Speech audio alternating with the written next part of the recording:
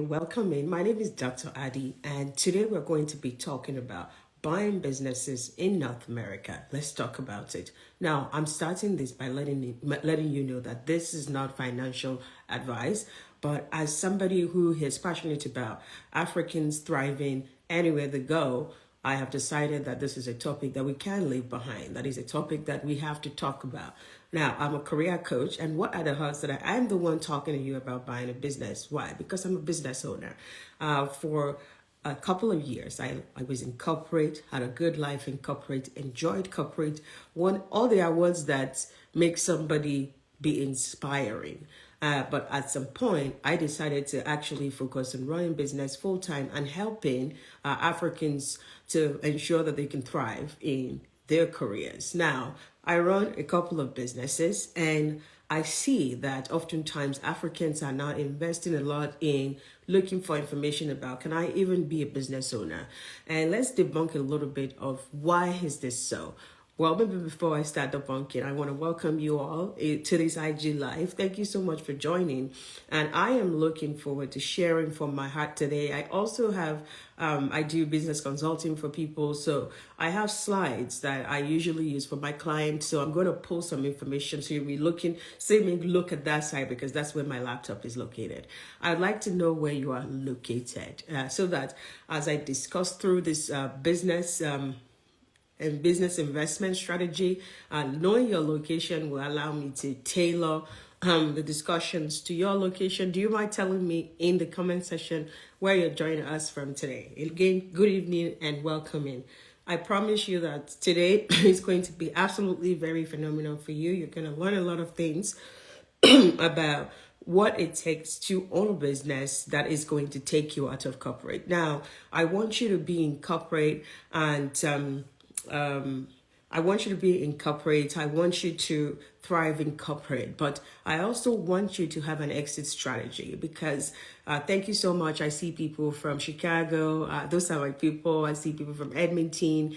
Somebody said from Canada. I see somebody from the UK, from London, asking when we're doing our next boot camp. We're working on that. We're hoping to have one almost at the end of the year. Somebody from Winnipeg, from the UK, from Saskatoon, Queensland, Australia. Good to see you guys. Welcome again, everybody from Maryland. Now, as a Black person who is passionate about seeing how people get ahead and do well, I'm absolutely just always wondering, where are my people? Especially when you go to different places where business owners gather, you will hardly see Black people there. And for so many years, I just said to myself that, this is not just our thing. Black people just like to work in corporates. But recently, I also started telling myself that we are going to miss out on opportunities, especially as power is going to transition a little bit, as baby boomers are retiring. I gave some stats yesterday, right? Baby boomers are people from age 61 to 74. They own in the US, they own over 50% of privately owned business. And in Canada, they own about 41%, baby boomers. And these people are retiring. As they retire, some people have to buy those businesses. And I want to tell you that most times their children are not interested in running businesses. So they're looking for someone to buy the business. And in most cases, they also want to, that is their retirement. They want that money so they can be free and go ahead and start to enjoy retirement. So they want to sell this business. Now, I started thinking if 41% of those businesses will be sold over a couple of years from now, are we also still going to be one of those consumers? Because that's all we have been. When we relocate abroad or we were born here, Black people are predominantly consumers of technology, consumers from these businesses. We buy from these businesses. We don't own these businesses. And as my generation moves to this part of the world, my hope is that we can change those statistics of we are consumers, that we can actually be creators. And as I explained yesterday, if you watched the video that I put out, I discussed about how oftentimes people are investing money in real estate and just buying, I own real estate, yes, and take it from someone who owns multiple properties. That there's always the first thing that comes to your mind when you start to make money in corporate, that I want to buy a house. And that we need to switch that a little bit and ensure that you are thinking about what I am making in corporate as I'm saving. Can I actually use that to buy a business that will now generate revenue? And all as I start to make income from that business, I can now put together that income and use it to buy a house instead. So that's the first thing I want to share with you right now, that if you're one of those people thinking about buying houses, that buying your first house with 3% down payment in the US or 5% down payment in Canada, I'm not against that. I think that's not a lot of money. But when you want to buy second property where the money is now looking like you have to produce 20%, that I want to let you know that that's not something I would suggest that you do. But I would suggest that you think about using that money to buy business. Now, let's go into some of the things that I want you to learn from here today. So I have people asking me in the DM, also under this post, that how do I define what type of business I would buy? What should I do to be able to say this is the type of business? Now, I would say there are 3 criteria that I put down. My first priority is looking at you. How much do you have? How much do you have? Because financing is very critical to buying businesses. Secondly is your location, right? If you're located in certain areas, you will see that certain type of businesses are popping up in that area a lot. So let's say you are located in riverine areas, and businesses such as food businesses related to maybe crabs is always available for sale because you're in a riverine area, right? So location oftentimes may dictate the type of businesses that are available. Also, if you're thinking about what type of business should I buy, you should also think about, okay, what do I have some industry knowledge on, right? I am a manufacturing engineer. So if I see any business related to real estate, related to manufacturing, because I own a lot of real estate, right? So, and my background is manufacturing. My background is engineering in general. So if I see any business that has tech, if I see any business that have manufacturing, and because my background, I studied biomedical engineering, right?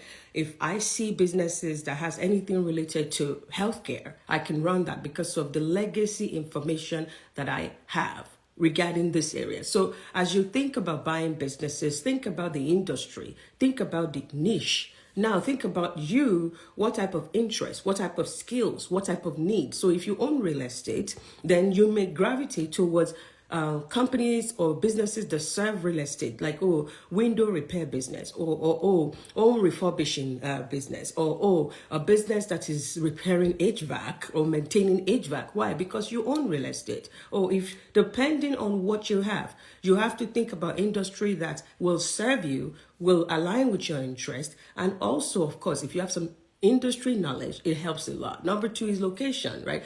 There are some things that sells in certain location. If it sells in that location, if people in that location needs it, if it's a need for them, then it could be a business that will sell well. Number 3 is business size. Now, some people business size determine revenue. It determines profit margin. It determines a lot of things like number of employees. Businesses that are established, that have like 10, 20 employees, there's a very high chance that it can't just run down because the owner leaves it, because it's not a one-man business. There are a lot of people involved. You have that steady employee that are doing their job. So so you want to look at the operational scale, the business size in terms of, okay, how many people run this business, and profit margin. To me, profit margin is very critical. So if you're trying to leave your job in corporate to now focus on running a business, let's say in corporate you make 160K, you are looking for a business that the profit margin is going to pay you that 160K, because that is what your family needs to survive, right? So you are not looking for a business that's going to pay you a lot less, if that is going to be your exit strategy, right? So, or in some cases, it could be, okay, the business is going to, the profit margin is half of what you make in a year, but maybe you would buy first business, stabilize it, and then you buy a second business. So you have to be able to work with someone to understand, all right, what is my criteria as I try to buy a business? Now, the second thing is financing. when you want to buy a business, we've talked about defining your criteria. These are the things that are important to me. Profit margin is important to me. I don't want a one-man business. I want a business with at least 5 employees so that we are not depending solely on the owner of the business. If the owner of the business is now going to be me, then I'm not confused because there's nobody else supporting me. So I want a business with more than 2 people, like maybe 5 people running it. Location. I want a business that, okay, it is a local business, or it's maybe you want an online business, or for you want some business that have international potential because you are from Nigeria. You want a business that is not only Canadians or Americans that can partake in it, that people from Europe, from other places. You have to define what matters to you. Now, like I said earlier, the skills. When we now get to underfinancing, when we started this conversation yesterday, one of the critical things that brought us here was, okay, people will have this money and they would go and invest it in real estate. Now, can I buy a business even if I don't have any money? I have 0 money. Can I still buy a business? It depends on the type of business because there are different strategies when it comes to accessing finance. Now, remember, you can secure finance from bank, right? 1 second. Let me go to one of my slides where I break down the financing. How do you get financing? Okay, so you can secure finance from the bank. So you can look at, okay, are there some good banks that have very good incentives and the rates are good? So you can get bank loan. In Canada, you can, or the US, you can look at commercial loan, term loans, collateral requirements. Some bank will require collateral, and financial performance. Now, in the past, I had worked with a lot of people to buy businesses. I've had banks say that they want to see the books. They want to scrutinize the financial performance to see over the last 5 years, how profitable is this business.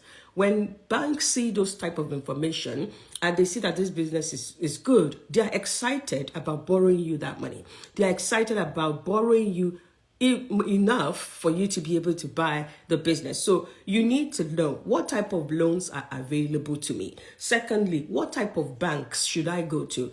In the US, there is SBA, Small Business Administration, which is government related. Most people use that. They have this very special small business stuff that covers 80 to 90% of what you need to buy the business. So most people in the US, when they want to buy business, they just go for the SBA loan, which will cover 80 to 90% of the purchase price. Right. If the business is $1 million and there is 80 to 90% of that coming from SBA loan, that's a good thing. So you have to cater to 200,000. Out of that 200,000, then you can think about negotiating seller financing. Seller financing, the person that wants to sell the business can say, I'm doing 10 to 15 to 20% seller financing, which means if you get 80% from SBA and there is 20% from seller financing, so you are putting down closing costs and all of that. So you're not really putting down a lot of money. So when you're trying to buy this business, you have to be able to work with people and negotiate properly. Can I get, especially when you don't have a lot of money upfront as your own savings that you want to put there. So you can come up with strategy to look at, okay, go to banks that will at least give a lot in. I talked about SBA. In Canada, we have BDC.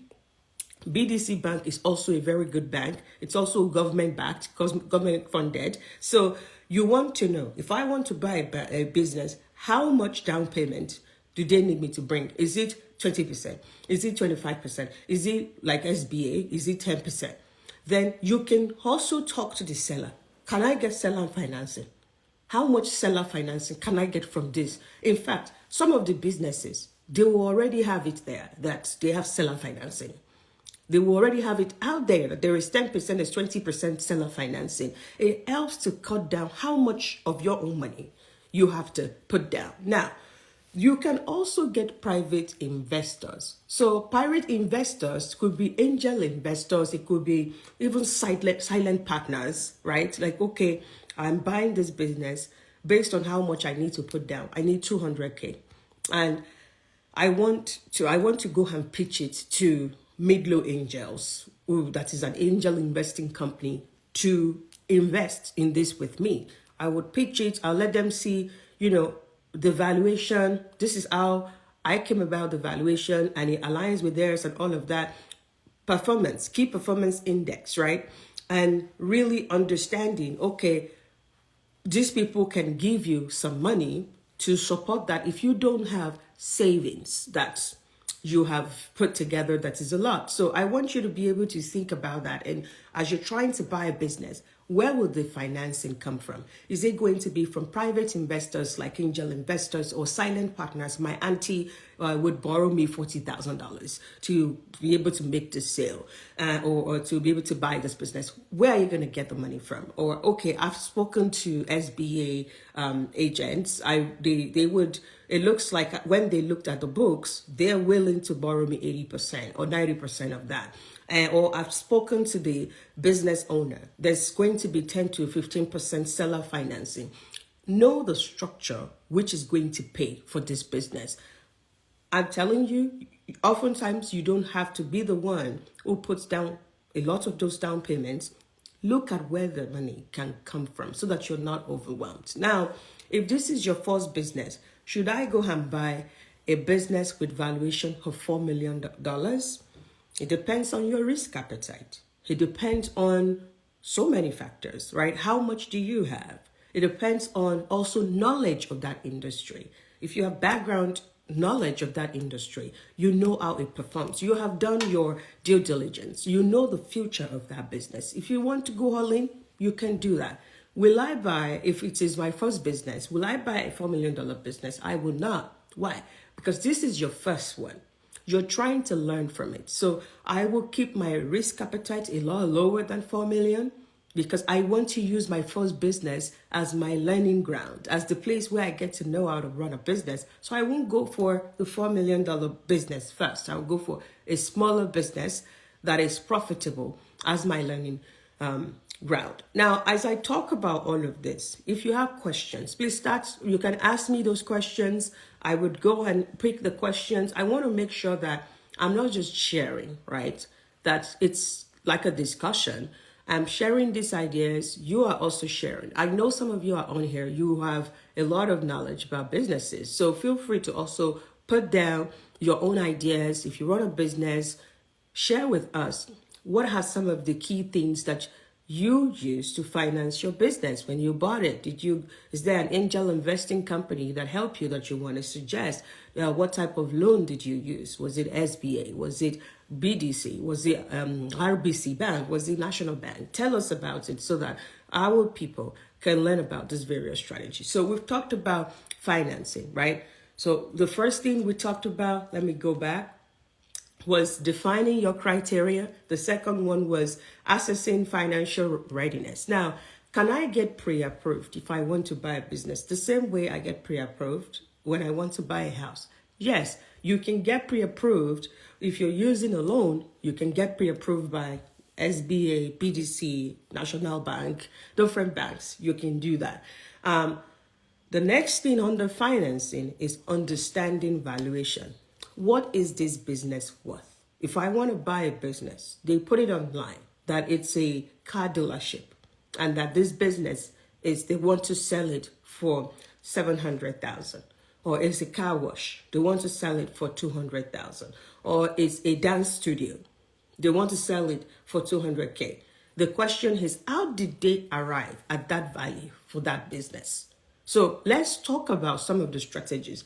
I have, like I said, I have notes. These are notes that I use when I talk to clients. So I'm picking some of these important things because these are things that you need to understand as you try to buy a business. So 1 second as I go to this valuation. I know a burning question on your mind is, what type of business should I buy? I have some examples. Again, this is not financial advice. It is expected that you're going to do due diligence. What I did see, and I have supported people to actually get into some of these businesses, and they're working fine. So I'm going to make this proposition shortly. All right. Now, when it comes to how do they define valuation, what is this business worth? Let me move this like this because I'm about to start to read some financial related stuff. My husband is an accountant, so when we're doing valuation for businesses, he's the one who take charge of all of those numbers and then explain to me. So over the years, I've gotten to understand that this is what these things means. And I have my own list, as and my background is physics. So the way I put it down as a physicist, I'm really hoping that I can break it down to you without confusing you. So I would read out some things because I tried to break it down. So there are multiple methods for valuation. The first one is income-based valuation. Okay, if this business is making money, then they use that as how they come about how much they're going to sell it. So discounted cash flow analysis. That is one. Capitalization of earnings. That is another one. And market-based valuation. So that is another one. So they're looking at comparables, right? Okay, there is a similar business like mine. That is two streets away. This is how much they sold that business last year. They can use that comps to also think about this is what my business is worth and this is what I want to sell it for. Now, precedent transactions, asset-based valuation. Now, this is a very common one. Like the book value method is a very common one where it is asset minus liability. That is the book value of that business. People use that a lot. Now, you should sit down and wonder, okay, so if I want to calculate my own in an easy time, I want to make it a lot easy. I have a couple of things I want to call out that if you're going to do valuation, you need to put into perspective as you do this plus and minus. Annual revenue is one of them. Before you can see this is what this business is worth, you need to know what's the annual revenue. What are they making when it comes to revenue? So if a company is making, let's say, 500K, then you are now going to ask, what is the net income? What is the net income that is take home? That is, let's say this business, the revenue is 500K. And then the net income is $100,000. Now, every business, there is seller's discretionary earnings. So the discretionary earnings, how much is that? Some companies have even bigger discretionary earnings than the net income. Some people have smaller SDE, seller's discretionary earnings, than the net income. Now, let's say this particular company, the seller's discretionary earnings is 150K. And then the EBITDA of that business is 120K. And then capitalization rate, 25%. And then you have industry average SDE multiple, 2.5%. I know if you're not an accountant, you're wondering, what is she calling? This is crazy. Yeah, it is crazy. And that is why when you want to buy a business, this is not a decision that you sit down in your house and make by yourself because they have shown you that business, especially franchise business. They know they are selling you something. So they will make it look very, very good. So you can't just get home and say, that is the business I'm buying. The Holy Spirit said, no. You need to get a financial expert who is going to sit down. Like I said, my husband is the accountant. So I don't have to go and hire a financial expert when we're trying to buy a business, right? You need to sit down with a financial expert to say, we have collected the financial statement, 3 to 5 years financial statements from this company.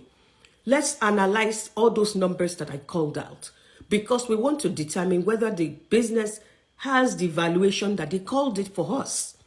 Don't just sit down and start to calculate it yourself. Even if you're an accountant, I still want to tell you that get another person who is very focused on that so that you can have 2 people evaluating it and not just you. Now, how do I determine? Let me use 3 methods here. How do I determine if that valuation, if they said the value of our business is 2.5 million, how do we determine whether that is worth it?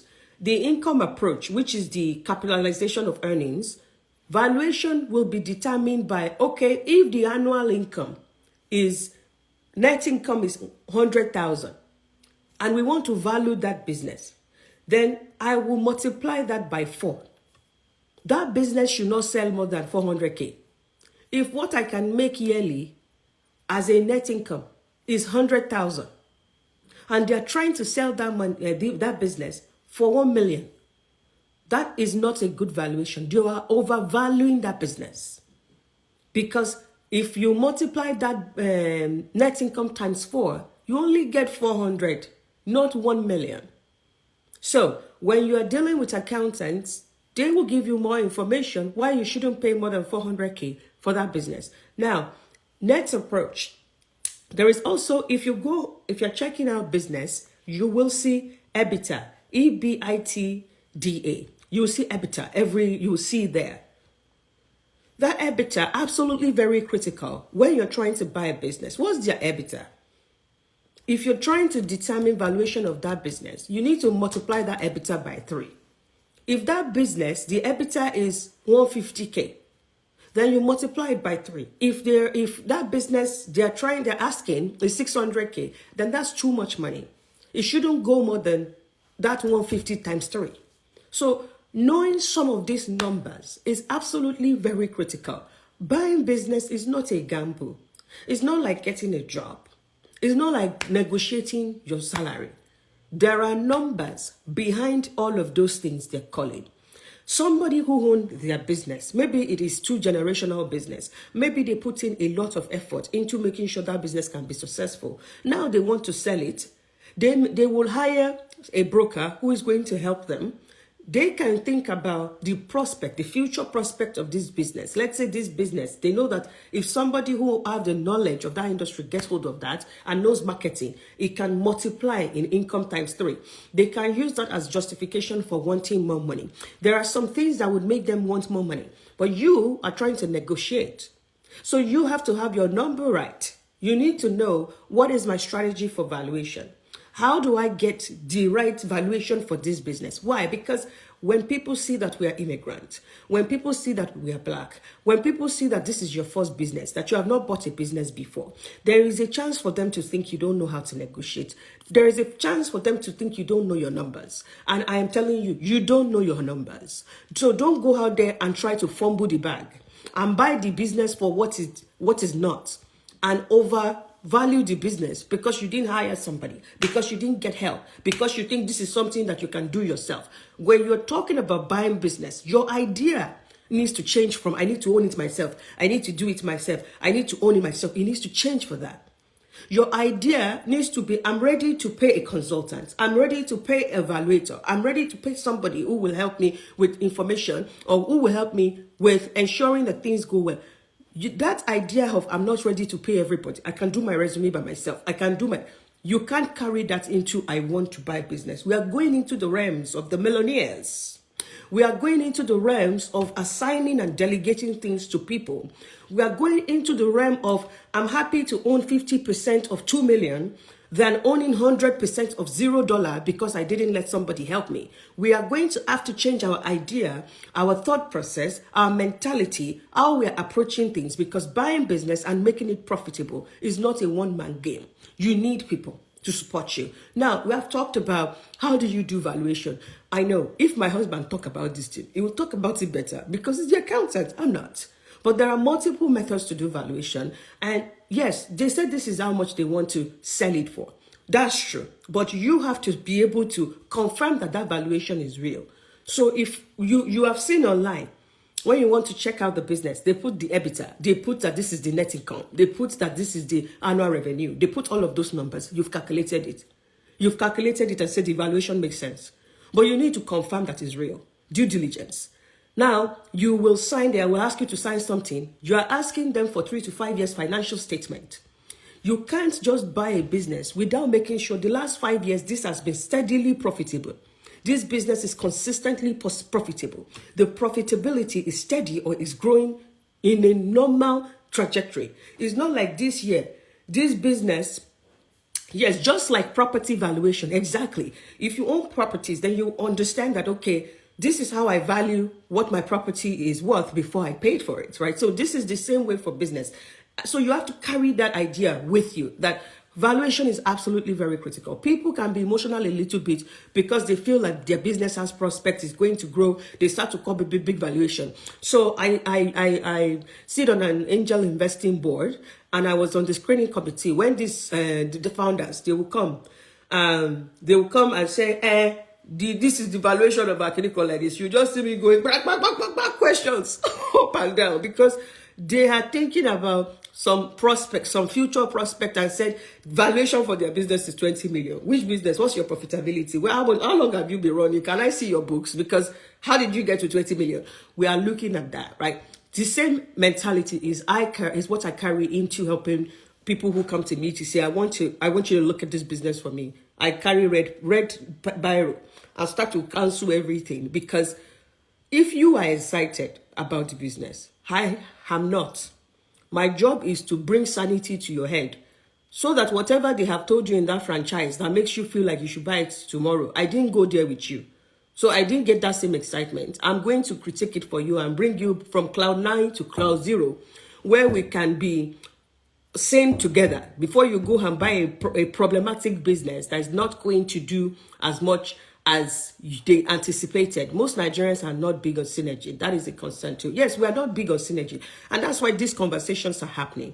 Because our community, we are used to, I'll do it by myself. I will call Jesus. Jesus will help you. Jesus has given Dr. Hadi to you. He has given you sense that you should hire a business broker. Jesus has given you sense that you should hire a lawyer. Hire my friend Kumbi, that they can help you so that things can go well.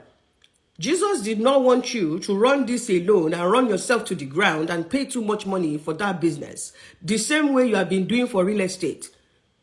Jesus does not want you to do that. He wants you to collaborate with people. He wants you to have a group of people who will elevate you and take you to your next level. All right, now we've talked about financing. So 2 things we've talked about now. Defining your criteria. We've talked about financing. We have gone from financing and then pivoted into some things on due diligence. Now, I started talking about reviewing financial records. Any business you want to buy, you need to be able to demand for 3 to 5 years financial statements, tax returns, and profit and loss reports. Can I repeat? 3 to 5 years of financial statements, tax returns, and profit and loss reports. You need that, because you need to now give that to your accountant to have a complete understanding of the steadiness of that business, consistency in revenue of that business. You know, some of the things that I look at right now that gets me excited when I see a good business is a business that during COVID did not crash. They didn't crash. Maybe during COVID, they made a little less for 2 years during COVID, but they are now back to regular. And when I look at, so why do you need 5 years financial statement? Because COVID happened 2020. That was 2020, right? I guess we are in 2024. So if I got 3 years financial statement, it will be 2021 to now. 2021 was a little dicey for most companies. So it may look like 2021, they didn't make a lot of money. 2022, they start to recover. Then it will look somehow, I may be afraid. But if I get a 5-year bank's financial statement, it will show me pre-COVID, COVID, and post-COVID. How has this business been able to weather the storm of COVID? So my preference is, if you are asking during your due diligence process, ask for 5 years financial statement, because it allows us to see what happened before COVID, what happened during COVID, what happened post-COVID to that business. Now, during your due diligence, check the legal issues. This company, do they have pending lawsuits? Are there compliance issues? Are there legal liabilities? You need to know why you are getting excited and jumping up and down. You may be buying a business that has pending lawsuits if you are not doing the appropriate due diligence, or there are some compliance issues. So make sure that you want to find out. Now, one of the very important things is, when a business is running very well, remember that there will be suppliers. Most businesses, especially if they are not service-based business, there will be suppliers. If you're selling windows, there are suppliers that are supplying the windows, right? If you are even doing, we are doing cleaning. If I'm doing a cleaning business, all the cleaning things that I'm doing, right? Maybe there is a supplier that we use for that we know that this is very important, right? This is the company that offers us good stuff.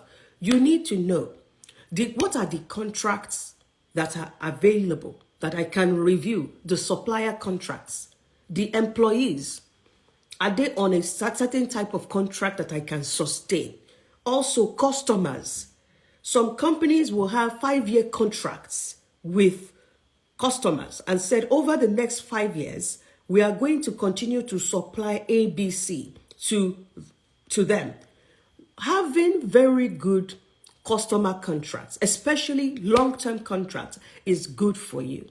When I'm buying a business and I see that they have maybe 15, 20 long-term contracts, I will feel a lot more confident in that business's ability to scale through when they transition to me. Because those long-term contracts, especially if they are in big money, it shows that we just have this steady contract is already there. So you want to check what contracts are here that I am meeting that can help me ease into this role. Whether supplier contract, whether customer contract, also employees, you want to see those contracts. You don't want to buy a business only to realize that there are 0 contracts. You have to now start to hustle for contracts. You want to know, yes, master service agreement. You need to check those things. It will be absolutely great if there are some already available contracts that you just sign it. Licensing. I want you to pay attention to licensing. There are businesses that have licensing. You want to be asking, is that license transferable? If I buy the business, are they going to be easy to transfer? Is it going to be easy to transfer the license to me? Or I have to apply for the license? And then the application process, I have to write 3 exams. What if I don't pass? What if I don't pass? I've bought the business and then I don't pass. The licensing process, how long is it? That will help you know. Should I tell the seller that they are going to work with me for 1 year? Because if the licensing transfer is going to take 6 months, and the seller is saying, I can only give you 3 months to train you. You are arguing it back and saying, no, I need 1 year because we need 6 months to even transfer the contract to me. During that process, you that owns the current license should be here to continue to run the business while I shadow you because you're the one that has the license. And this is why it's absolutely important. I know you're looking and saying, buying business is hard though. Do I want to do this thing like this? This one that Dr. Adi is telling us all these things like this.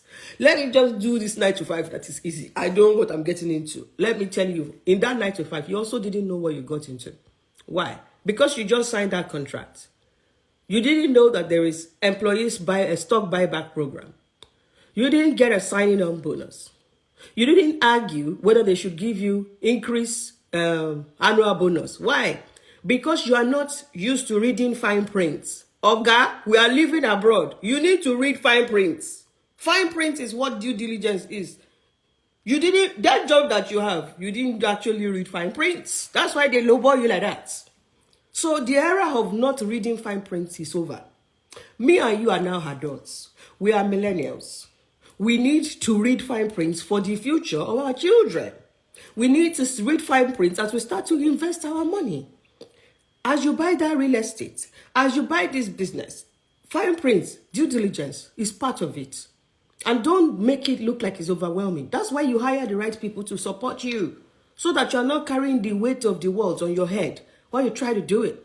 Now, evaluating the business operation. So we've talked about the number 3 was conducting due diligence. When you're conducting due diligence, hire the right team to help you with it so that things will go well. If you collect the financial record, don't try to just be the only one reading it. Get an accountant to help you with it. Checking legal issues, hire a lawyer who can help make sure that they can do their research to make sure that there are no compliance issues, no legal issues and all. Hire people who understand, people like Dr. Adi and others who can help you understand, should you be checking the contracts? Should you be talking about employee benefits? Should you be talking about everything that may be taking money away from you?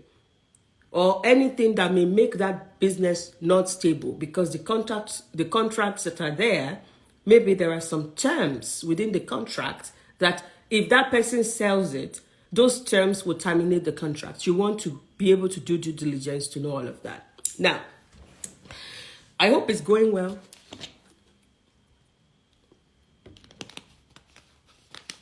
Any questions so far?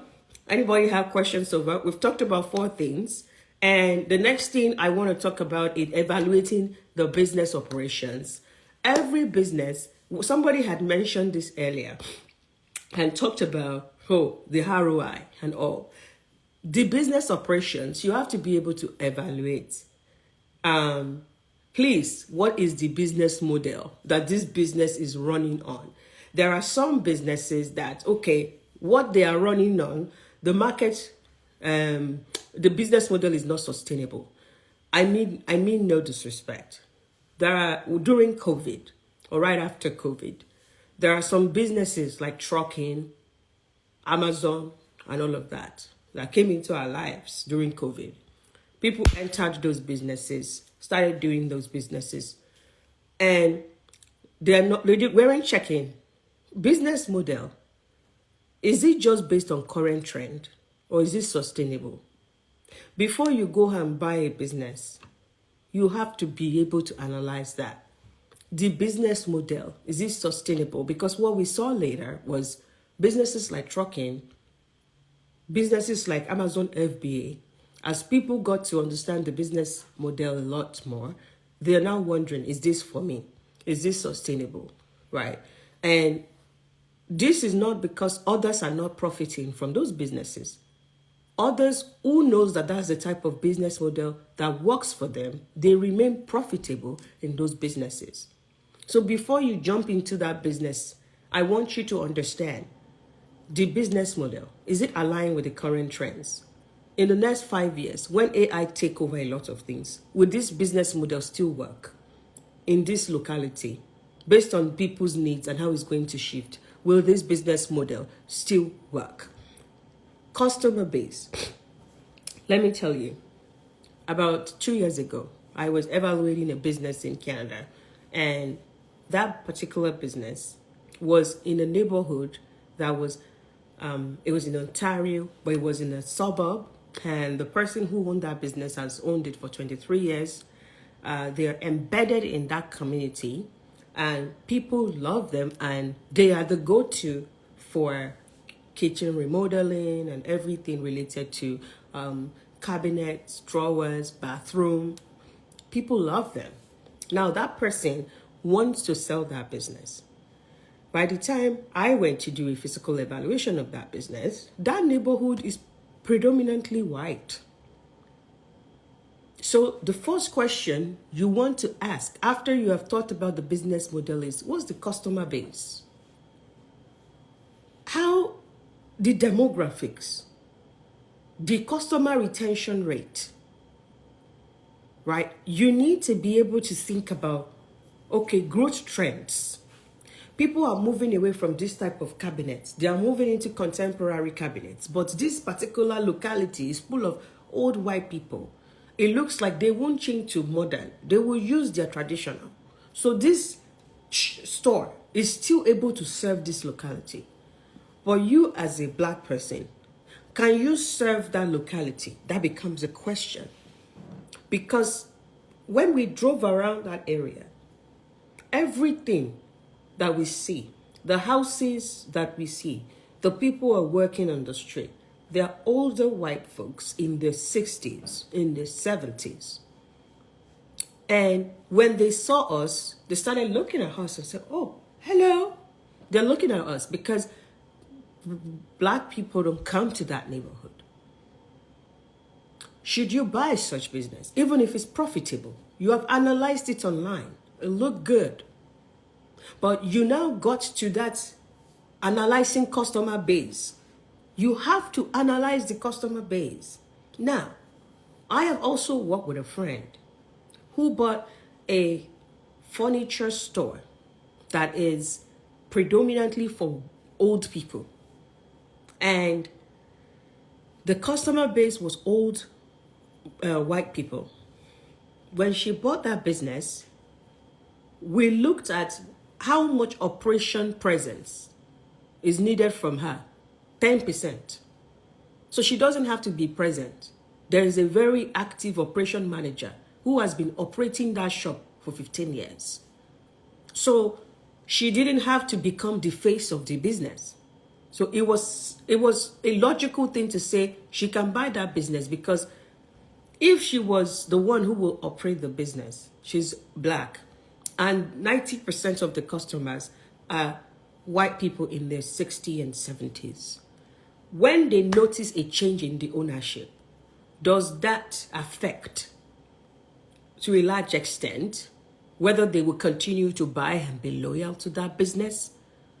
These are things we have to analyze. Now, I also have people who are like family to me, who owns business that the business serves old white people. And when they bought the business, the owner of the business stayed to coach him and introduce him to the customers for a year. After a year, when he stepped down, they were now already used to him. They didn't mind. Those white people just continued to do the business. When you do your customer base analysis, you have to sit down and think about strategy to make sure that you're not going to lose the customer base. You can't just write it off as, it's white people's business, I can't do it. Is there a strategy to still make it work if it's a profitable business? If it's a business that you have some legacy information about? If it's a business that has ability to expand? So you don't have to write it off. And you could write it off if you feel like this business is absolutely very dependent on the owner, because these people are solely buying from him because it's him. If he leaves, their loyalty will not be to me. If you notice that, then don't buy that. Well, I hope this is going well, because all of this analysis is absolutely very critical as we try to think about scaling our profitability, owning businesses that will now be our exit out of corporate. We have to think about those. We have to know those things. And that is why you shouldn't just analyze the business by the books alone. You should go to the store if it has a physical store. If it's a business that it has a physical store, it also has online presence. People are buying online. You should look, do they have a Shopify store? How much of the sale is coming from there? Who are the people buying online from Shopify? Is there a face associated with it that makes them want to buy? Or there is no face, they just need the product they buy? All of this analysis has to be properly done. Because knowing, I've also had this, another one, which is assessing workforce. One of my friends who I supported to buy a business, when she bought a business, the business had 12 employees. 3 of those employees resigned because they said, I can't work for a woman. So you want to also assess the workforce. What are the skills? There was a manufacturing company that I also evaluated that their manufacturing process was so crisp, but there was zero automation. Everything was done by technicians. So the question I have for them when I went for valuation was, so if 2 of these technicians quit, what will happen to quality control? Because everything is, there's zero automation. And then the seller said, I know that you're going to bring automation into this business because I saw your background in engineering is one of the reasons why I was interested in you as a buyer. Truth be told, we need some automation I couldn't implement. I'm explaining this because when you want to buy a business, you will bring your own touch to the business. Don't be too afraid, but analyze everything. Like even for the workforce, right? Can I keep it stable as I take over? Who are the key staffs that can't leave the business? Can the seller help me make sure that those key staffs feel comfortable working with me so that I don't buy the business and in 1 month I've lost 3 key people? Then the business, I don't know how to run it anymore because they've gone away with the legacy information. Ensure that you can hold that seller to support you for a certain period, to be able to get the employees comfortable with you, to be able to get the customers comfortable with you, to be able to get the vendors to be comfortable with you. So you have to make sure you keep that seller. When you're signing a contract, make sure you want to keep them. The sellers usually want to give you 3 months and they're gone. Don't take 3 months. You have to be looking to make sure that they're there from 6 months to a year so that there will be some stability in place before you let them go. Now, what type of business should I buy? I want to leave some of the things that I'm explaining and let's talk about a few types of businesses that I have supported people to buy that are profitable, right? Healthcare business has been one of the most profitable businesses that I have seen. Senior care facility, home health care services, supplying caregivers and all of that, in-home care. Number 3 is medical supply retailers. They're supplying gloves, they're supplying masks, they're supplying different medical supplies, mobility aids, for if something drops, somebody can see it on the other side. Those businesses have been doing very, very well over the years. And keep in mind, North America, there is age-related decline. People are getting old. It's one of the reasons why Canada opened its border and brought in over 10 million immigrants, because they know that over 30% of their workforce they were going to retire. So they decided to bring in new immigrants. Now, I want you to think about, as those people retire, they will need senior care facility as they retire. So assisted living, nursing homes, home care services continue to grow because of aging. Aging is happening in North America. So they will always need those senior care facilities. They will always need those home care services. They will always need medical supply retailers. So if you're one of those people, I have some healthcare background. I'm a nurse. I've studied biomedical in the past, like me. I'm a doctor. I want to retire. Or I'm a caregiver. I just want to buy a business. That could be an area that you have enough knowledge to run. So think about that. Trades and maintenance services. For places like Canada, like the US, we will always have summer and winter. During summer, some things will happen to our pipes, our houses and all. For example, in summer, the pipes come down to its original size. In winter, because of cold weather, the pipes, they increase a little bit in size. Now, when it's summer again, the the pipes, they come back to their normal size. What happens when it keeps doing that? There will be need for repairs. So if you see a business that is selling plumbing services,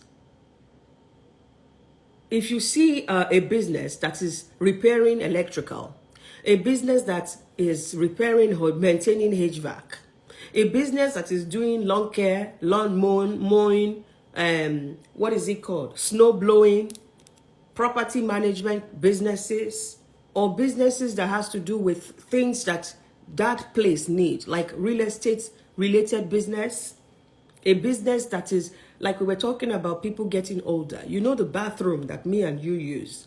By the time you get to 60, they need all those walk-in bathroom. They have to change their bathroom, right? So businesses related to repairing homes for assisted living, all of those businesses will always sell. Now, I don't want you to just sit and say, those are the only business that I want. No, I don't want you to say that. I want you to first go and start to look at businesses. Food and hospitality. You will hear people say online, but go and buy McDonald's, go and buy Kineko, those are franchise businesses, or food and hospitality just sells. Go and buy bakeries, cafes, Tim Hortons, it sells. Go and buy Chick-fil-A and all of that. Because people gotta eat. Food is need. I'm coming to early childhood. Like food, people have to eat. Hospitality, it sells. So if you see businesses related to that, or leisure, right now, gym, somebody is selling a gym. They are selling dance studio for 80,000, 70,000. This dance studio is bringing money because these people, they are going to that dance studio. What matters to you? Number. Check the financial statement. What is the net income? So don't just sit down and say, it has to be this.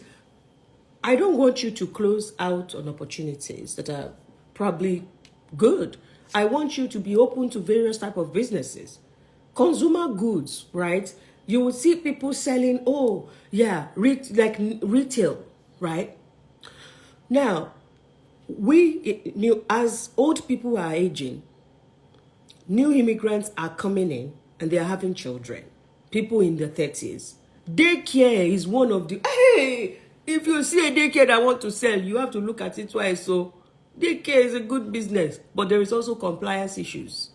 And that is where the employees are, they are your power. The teachers. So because people are bringing pregnancy to Canada, they're having children, those children will go to daycare. Do you know how much my daughter pays in daycare? $2,000. That one that goes to daycare to sleep. She goes to daycare to sleep, they charge me $2,000. $2,000 per month. Oh, I know some people that pay $600. The government is subsidizing it. Guess what? The government is still paying the owner of the daycare. So they're still making their complete money. So anything related to people care, elderly care, child care, care is caring. You shall have money, you get it. If you don't get it, forget about it, because that's not the only one. Canada is building houses. They are building houses. If you own a company that does they're doing bathroom. That company, you see a company that they want to sell, they focus on bathroom modeling or kitchen modeling or anything like that. It's a good business. People will repair their basement, or they will buy a house that the business is not furnished. They will want it furnished. You will help them. People who have old homes or bought old homes, they will need to repair those damages. They will need you. So again, going back to those maintenance under real estate, absolutely great. I'll talk about it because that's an niche that I'm interested in. Manufacturing and distribution, absolutely very good. Logistics and warehousing. Oh, I see this. What is this thing? Where the storage locker. It's real estate, but I have supported somebody to buy this storage locker, plenty storage locker, that is cash flowing, that has 3 employees, just 3. Light is always off, making money. Easy when it comes to the amount of time committed to that is not a lot. You can see that type of business, that it's a business that is real estate heavy, right? Because it's storage locker units, but they still have like 2 to 3 employees to maintain it, to open the gates for people, to ensure that those storage locker are looked at and all of that, right? You are interested in manufacturing. Manufacturing has self-storage. Thank you. Self-storage. Manufacturing has a lot of moving parts depending on what, but having people like experts like myself support you will be absolutely important for you to be able to evaluate that manufacturing company before you get too excited, because you may not know, but the supplier or the vendor could be in China.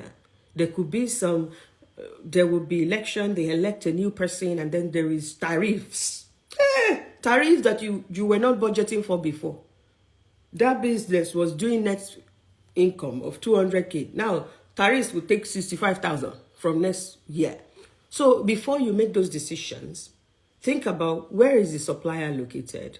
What are the factors that are affecting all of this before you actually get excited about the income you are seeing?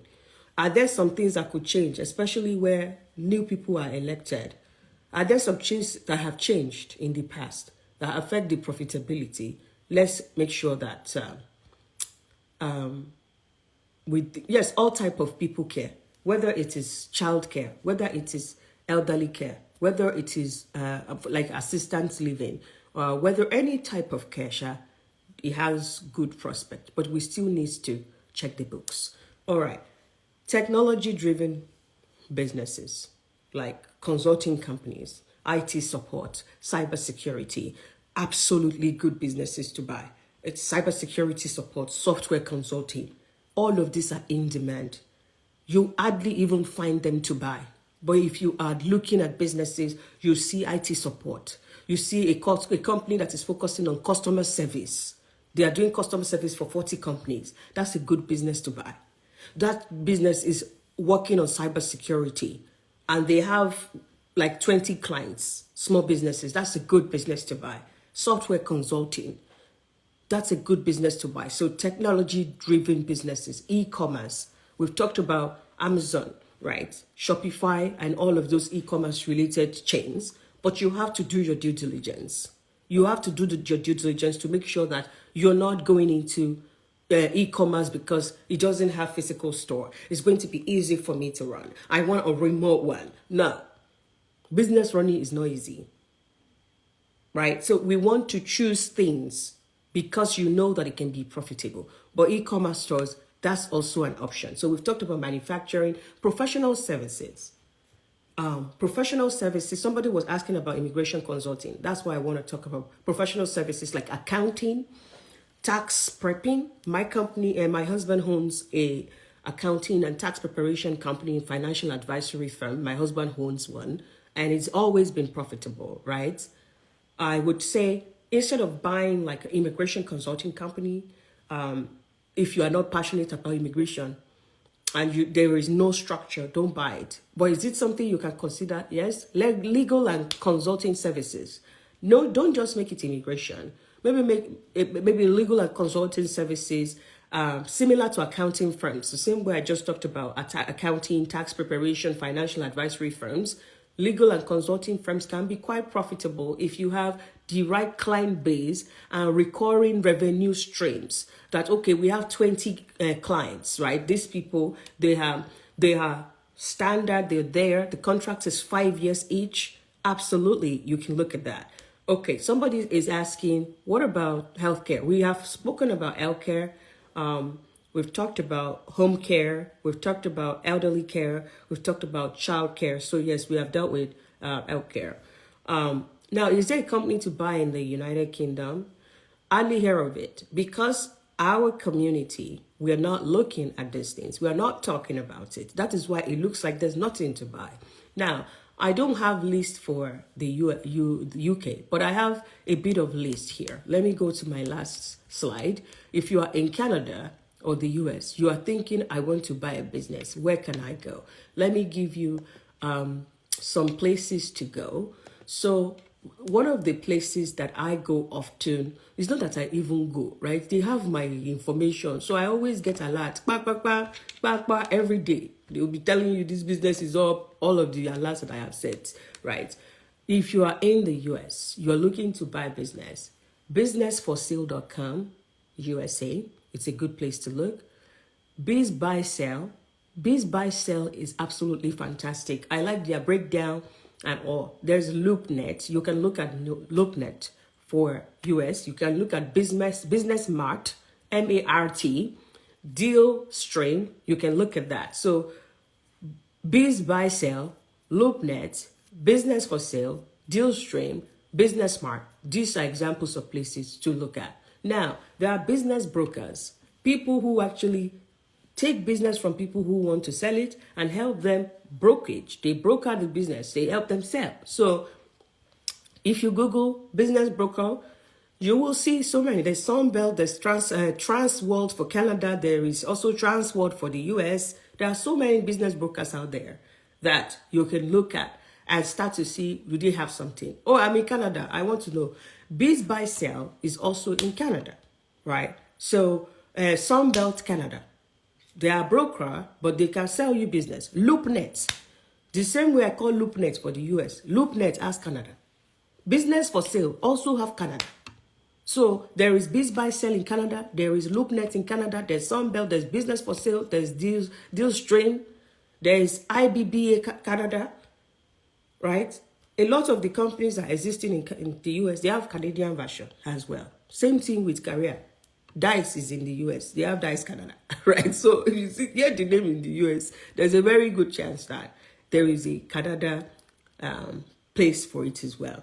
Now, business brokers can be very useful. They may even bring you those businesses before they are posted. So having a relationship with business brokers is absolutely very good. mergers and acquisition advisors. There are several companies that fall under that category as well.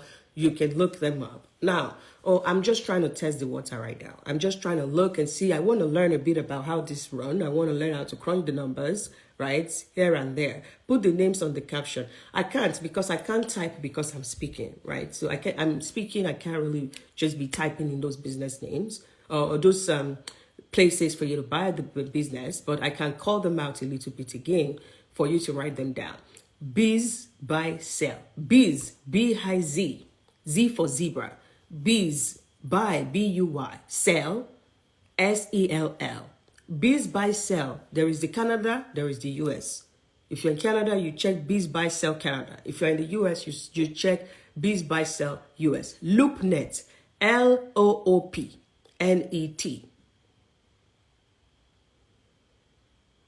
So LoopNet, you can look at that. You know, people are fixated on, I want to ask about, yes, Biz, buy, sell, thank you. LoopNet, L-O-O-P-N-E-T. There is LoopNet Canada. There is LoopNet in the US as well. So businesses for sale. Business plus ES, businesses for sale. That is for the US as well. So LoopNet is together. So LoopNet was together, right? Business, ES, businesses for sale. There is a Canada, there is a US. Businesses for sale. Depending on your location, deal stream, deal, D-E-A-L. Deal stream, S-T-E-A-M. Deal stream has US, it has Canada. Wherever you are, you find them, right? I've given you about 4 different places. Now, I want to start to analyze the business. You know, all the different things I called out during valuation. Those are the things you want to analyze. Let me call them out again. As you look through the business, check what's the annual revenue. Check what's the net income. Seller's discretionary earnings. EBITDA. EBITDA is EBITDA. Check that. Check capitalization rate.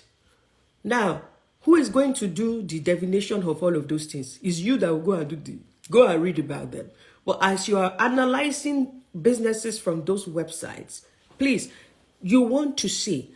Somebody can tell you, my annual revenue is 4 million. Their own net income can be only 250,000 if the profit margin is not a lot. But yearly, their annual revenue is 4 million. But the money they are seeing with their eyes, koro, which is net income, maybe 250K. 250K is good enough. But for a 4 million business, remember when we dealt with valuation, that 4 million business, if you want to buy it, and SBA said we'll put 90% down, how much do you need? You calculate that. They'll put 90% down. So I need 400K. That 400K, can I get a seller financing of 10%? If I get a seller financing of 10%, then I don't put any money down except closing costs. So it might look like 4 million K. They'll need a lot of money. That is why you need people who will strategize with you. That, okay, the business is 4 million. The net income is 400 or 350. So you feel like it will be enough for you to get out of corporate. Right? That's good. Now, how much do you put down? Let's analyze what is available. Go and negotiate for this. Go and negotiate for this. I can work with you to know. Go and ask for this. Go and ask for that. So that the amount that comes out of your home pocket to buy that business is not going to be a lot. All right. There is a lot of things to talk about when it comes to business. We have spent over an hour on here. And I know that you are saturated with information. And I can keep going. Like I said, there are so many things that I check, that I have, that I advise people when they come for business advisory. We don't, at Tech Centrics, is one of the one-on-ones. Like people book one-on-ones for business advisories. I've also had many people just register for Career Accelerator program. But what they need is business support. When they now enter, I'm not here. I'm not doing career. I'm trying to buy a business. You own my hand for 6 months. And makeup, I want to buy a makeup business. We have to check the books. I've had a client buy a dance studio. It's the books. The books make sense. It's not by the product. We have to check suppliers. Are we going to have consistency of suppliers? Customers. If that makeup that you want to buy, customers, they're buying from Shopify. 65% of the sales, they're coming from Shopify. And they have a physical store, it's small. So when it comes to investment in building, assets like building is smaller. And you know that 65%, there's already huge profit margin. Then buy it. So it's not just about naming the business, buy manufacturing, buy this, buy e-commerce. No, it's about when you go to all these places, what business is available? What is available? What do they have available right now? Then let's check. What is available here? Is that number looking right? All the numbers, all the things I say you should check. Check. Is it looking right? Is it looking affordable for me? I have 60K to invest that I was supposed to go and use to buy property. So if I want to use that 60K, what should be the type of business I'm targeting? If they need me to put 20% down, but I will get 10% seller financing because it was written on the contract. So it's not just about the type of business. We have to know we have to see the financials. Why will someone want to sell a working business? That is a good question. This is what came about the whole rant yesterday. Why will somebody sell a working business? There are many reasons. Baby boomers are retiring. Baby boomers own over 41% of Canadian businesses. Baby boomers own 51% of American private businesses. Baby boomers. People in their 60 to 70s, 61 to 74. They are the ones that own those businesses. They are now retiring. They have to sell it. So when you're looking at businesses from those websites I gave you, reasons for selling, they always put it there. Some people are moving. Oh, I've owned this ice cream shop. I know I work with somebody that bought ice cream shop. I've owned this ice cream shop for 10 years.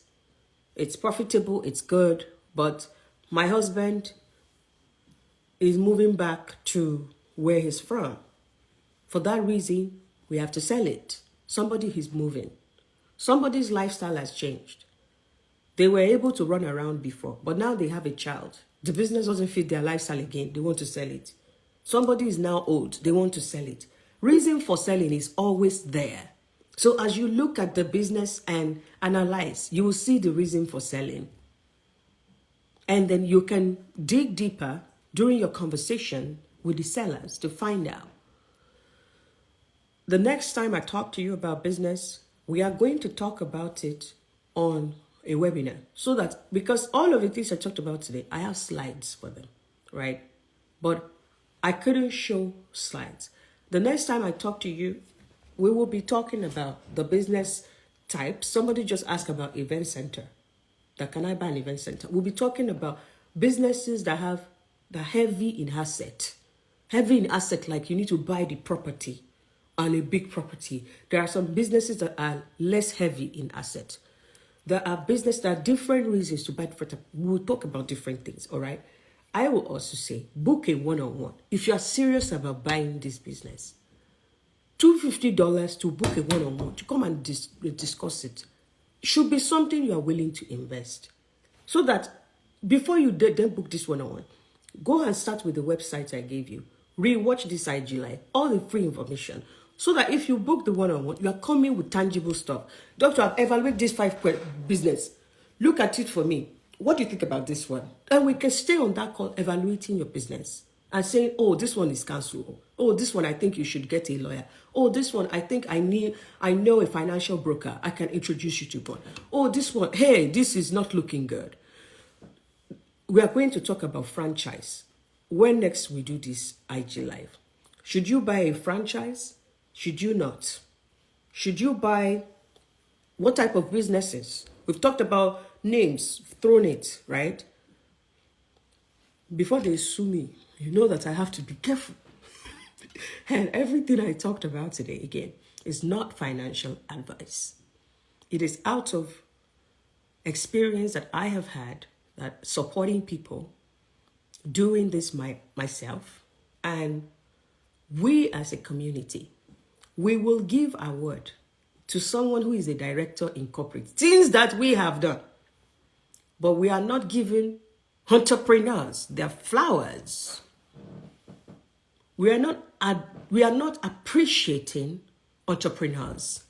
And it's making it a lot difficult for our people to want to pivot into owning businesses. And one of my goals now is I worked in corporate. If you're new here, welcome. My name is Dr. Adi. I rose to the position of a director. I relocated from Canada to the US to work for a Fortune 500 company. I'm a well-celebrated technologist. I did all of that. And because of advice of people like Florence Ackman of InfoPlace Canada and 4 of my other friends, I said I was not going to do entrepreneurship as a side hustle anymore. I was going to take it by the bull. October 19th made it 2 years of me running 4 businesses. 4. The only one I talk about on social media is career coaching, because that's all I want you to know about. That's all I want you to know about. I don't have to share things that doesn't concern you. Do not confuse people. But I'm thankful to God that we went from making that money in corporate. We took some of those money out of corporate and invested them into running businesses. Some of them we started from scratch. Some of them we buy. In my next IG Live, we're going to talk about real estate versus business buying. I am a real estate junkie. Me and my husband, we own them in large numbers, including other things. How can you use your real estate money, the equity from your real estate, to also buy a business? Some of you are sitting on 150K equity from your real estate. Instead of running around to look for money, we can take equity from that real estate for you to buy a business. Did you know that?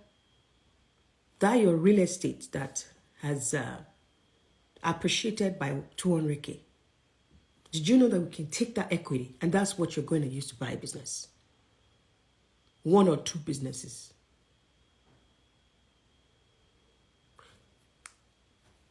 Set my people free. That's the agenda for 2025. Set my people free. Whether you like it or not, you will be set free. We have not come to this abroad to just work 150K job, to just work 250K job, to just be collecting awards, nonsense awards. You see, the last 2 years, make anybody not give me award. I don't need award. I just need to be balling and help my people and help them. I help you get the job. When you get the job, you will now take the money you're saving. You would go and use it to prosper. Because you deserve that. You deserve that. My people deserve that.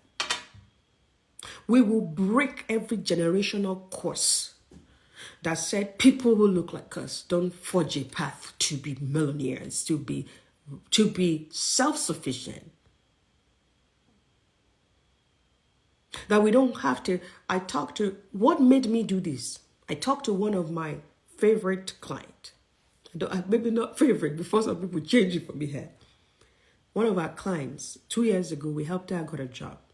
In 6 weeks, she landed a job that was paying her 160K. She's always keeping in touch. She'll come for one-on-one once or twice a year. And a few weeks ago, she wrote to me, I've been laid off, sis. Laid off? What happened? So yesterday, I had a session with her. And on that session, what she does is When she come into she's a change manager. She help you grow your business and stabilize it and take it to the next side. And she was laid off. And when I listened to her, the Holy Spirit told me, why does this person not buy a business? She's trying to close on a house. The money she wants to use to close on a house. Why is she not going to use that money to buy a business? So I chastised her that don't buy a house. Use that money to buy a business. And we were talking about that because she wasn't expecting me to say that. She was expecting me to just encourage her and congratulate her that she was going to buy a house. But that's not what she heard from me. And looking back at the last 4 months, I've had a lot of people in Canada come to me who have one house because the real estate market is not good right now. So they come to me, my mentees who are doing well. Doc, I have 80K. I don't know if I should buy a second house. I think I had needed to have this meeting with you. I have 200K. I have 150K. I don't want to buy the second house yet. I felt like, doctor, you need to tell me, should I buy it or not? What's the projection for real estate in this country? Should I go and invest in the American market? Come and help me. You understand the American market. Should I invest it here and there? Because these people are not even thinking about buying businesses. They're just thinking that real estate is the only way. Then by the time I speak to them, you think I can own a business? This is not something we are thinking about. And as the baby boomers retire, the Indians are buying the business. We too need to get in. We don't want to serve the Indians and not have something ourselves. Wouldn't it be so nice that you enter into that gas station and the owner of that gas station is a Nigerian? You don't even have to know he's a Nigerian. Wouldn't it be that nice that you enter into that gym, the gym you go to, and the owner is a Nigerian? You don't know, but maybe you just found out. Wouldn't you be proud? The racism will even reduce. Wouldn't it be so nice that that store, that where you go and buy food, that Target is owned by someone who looks like you, an immigrant. And those opportunities are here right now. The baby boomers are selling those businesses. The company that owns, what is it called? Logistics. They own hauling, the machine that they use to do foundation. The company, wouldn't it be that nice that the person that wants to come and do your foundation, the HVAC company that is owned by Nigerian, that you can say, I will see their boss in church on Sunday. I will tell their boss, my brother, those people are not doing that, so give me 10% discount. You people come and do my basement. Come and do my basement, too. And it's excellent job. Haulage company, thank you. English is a problem. Dr. Heidi, when she's passionate about this thing, she'll forget all her English. Just let me be doing slides. When I'm doing webinar, I'm very Englishy. But once you people throw me on this IG live, I'm a market woman. I'm passionate about this thing. It would be nice. And I know, especially having supported several people, Canada, US, buying businesses. But our people, when you support them, they buy the business. We all just low-key. We are doing our thing. I have friends that own an accounting company in Canada, bought from a baby boomer retiring. It's just nice to see that if I need accounting service, I can tell my friend and say, please, I need accounting service, so can you help me? Cross-border accounting service, they'll do it. Wouldn't it be so nice that those things are owned by us and they are of standard quality? I have a friend that owns a driving school in Canada, a popular driving school. They have expanded from one driving school to 2 driving schools. A popular driving school. The person that sold them the driving school is still running it for them. So you will not even know that it's a Nigerian that owns that driving school. She just go to that driving school once or twice a week. Hello, until like this. They don't even know she's the owner. This person came to Canada as an immigrant. She never worked for one day. She bought businesses She's just buying. They are now on 3 businesses with driving school expanding. I have people here in Chicago who own, I have at least 4 different families who are family to me who owns care homes. They are doing the care services businesses that are grossing over 50 million a year. Immigrants. The annual revenue, 50 million. Nigerians that were speaking Yoruba and Igbo together. Hi! That's what I want. That's what I want. I know somebody who is like an Egbon to me, who owns a care home, that their employees is over 2,000. They hired over 2,000 people in this Chicago. Over 2,000 employees in Nigeria. Majority of those people are whites. Wouldn't it be so nice for us to not be afraid of being laid off? For us to own businesses that are not substandard? For us to have 20 white people on our payroll? I am challenging us that 2025, we need to get on a new dimension, in a new realm, on a new level. You are going to invest time. You are going to invest money. You are not going to say $250. Dr. Adif is too expensive. When you buy that business, do you know who you are going to become? A CEO.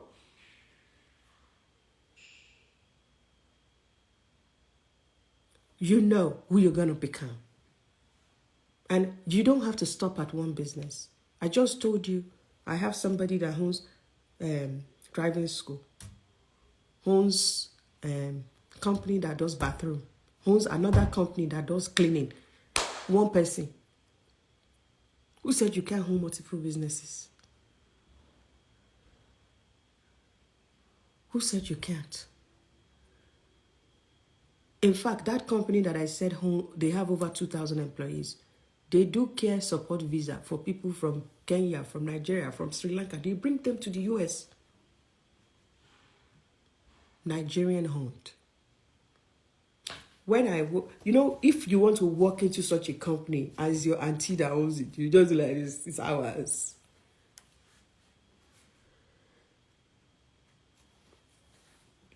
As we think about 2025, if you're one of those people, I've gathered 50K, I've gathered 100K, I want to go and buy another property. Please don't do it.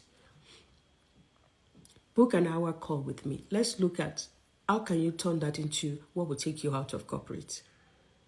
And I know some of you will listen to this and say, owning business is not for everybody. I'm okay with you thinking like that. But I also want to tell you that generational wealth is not for everybody. The moment you said owning business is not for everybody, is the same moment you say generational wealth is not for you. Because your 9 to 5 is not going to make you a millionaire. Me and you know that. That before you can make 500K from that company, they would have used you more than using you for your home business. So I don't want to hear it from any of us who left our country to come here that owning business is not for everybody. The moment you want to live this IG life and something is telling you owning a business is not for anybody, also let that thing be telling you that you are telling yourself that you are banished from generational wealth. You are already telling yourself that you are not going to have a path for your children to own generational opportunities. Because being an employee for somebody else is not generational. Because you will leave this place now. One evil spirit will tell you that 250, don't go and pay Dr. Adio, that's too much. Or this thing is just looking like it's hard. Do you think something good come easy? Yes, you don't have to start once and say, I'm going to use it as an one exit. No, you can buy a smaller business, and as you learn, you buy a second. I just told you someone who owns 3 businesses. And you can be in a situation where you buy that business, you exit. Why? Because, and that is why I said when next I talk, we will have other topics, right? Like, even when you're checking biz buy sell gives you under filter the amount of time you want to invest. 50% of your time. Make it full time. It gives you the option. If you still feel like the first 2 years, I want to keep my full-time job, I run a business, it will show you businesses that is not labor intensive, that you don't have to be there physically every day. I just told you someone running a driving school and only go there twice a week. There are businesses like that. But there are also businesses that you have to go daily. I told you about a business that someone I know but who the operations manager works. So she doesn't have to be the face of the business. So there are strategies to this. But I want us to start to make steps, make plans, think about how do we get into business ownerships as these baby boomers retire. And I know, because by the time I finished speaking to that lady yesterday, she asked me, Dr. Adi, why are you not talking about this publicly? You just told me I should go and buy a business. She told me, why are you not trying to help the people you as someone will look up to? We know you run businesses. We know you don't tell us everything you're doing online. But can you tell people about this path, what they need? She was the one that challenged me yesterday. That's why I came and rant. I just want to thank you. Thank you all, 150 of you who decided to join this live, who decided to learn about business opportunities in North America. We will do a part 2. I wish this was a webinar where I can share my screen and then you can see more stuff. But I really do hope that you rewatch this and that you write down some of those information that are critical and that you please actually use this to forge your path forward. It's not clear. Book a one-on-one with me. $250 is not going to kill you, so that I can help you look at what you're doing. When you work alone, things are blurry. When you work with people, when you have help, when you have someone to ask questions, things are clearer. I can tell you genuinely from the depth of my heart, I want to see more Black businesses. I mean high quality. I don't mean that I will enter a place to eat. It will look like mushing. I want to see Nigerians own mainstream McDonald's. I want to see us own the plumbing shop that I'm subscribing and paying $100 per month. I want to see us own the company that comes to repair my basement. I want to see that when there is water damage, the company that comes to do the clearing of that drywall, I forgot what they call them, that is owned by a Nigerian, but white people are working there. I have had a one-on-one with you and it was enlightening. Yes, you don't come to have a one-on-one with me and live like you got nothing. No, I will do my best. Because if I give you all of this for free, I will do my best in that one-on-one. Why? Because my legacy will be that I helped my people get ahead. It'll be that. And that my legacy will be that I caused a chain reaction. That when I help you get ahead, you help 10 people get ahead. Because one shall chase 1,000. And two will chase 10,000. When I finish blessing you, you go and bless 10 people. Then our two will chase 10,000. And together we rise. Thank you, everybody. Have a wonderful evening. This video, I'm going to share it. But first, my daughter is about to start getting to cry. I'll share it. And you please, 150 people, share it with, put it on that Nigerian WhatsApp group, that Ghanaian WhatsApp group, that's African-American WhatsApp group. Put it on there. That one for the Caribbean people. Put it on there. Let people listen to this IG Live so that they can start to think about the opportunities for them. Please put it on there. Share it on your story. Share it. I want you to please share it. This is what you can do for the people that follow you. Share it and write some caption. Tell them this is a must watch. How do I book one-on-one? Please slide into our DM. Go into our DM and there are people waiting for you. I will also be using one eye to wait for you there. So go into the DM, And because you're coming from this side, July, if you're going to, the price is $250. If you're going to book, hey, one-on-one in the next 24 hours, I'm giving you 20% off as an incentive to encourage you. You don't even have to use it right now. Just say, I will come back, I'll pay for it, but I'll need it in 2 months. Let me go and start my due package. Make that one-on-one that you're going to book your Christmas gift to yourself. That before Christmas is when I need it, but I'll pay for it on 20% discount and get a slot for December 2nd. That from now till December 2nd, I must take a step. So December 2nd, I'll have a meeting. Go ahead and do that. You'll get 20% off. I'll tell them right now to execute that. It will be valid for 24 hours. North America, I want us to start to take over. And if you listen from England or anywhere, a lot of these things work for England too. I know that I didn't tailor this to you, but if you come for a one-on-one, we'll tailor it to you. Please. Thank you. Dr. Adi, will we have second time one-on-one people's discount? So yes, I just gave 20% off. So this 20% off, please go and get it. It's valid for 24 hours. Again, thank you, everybody. Have a good rest of your evening. Please share this video. Thank you. Bye, everybody. Good night.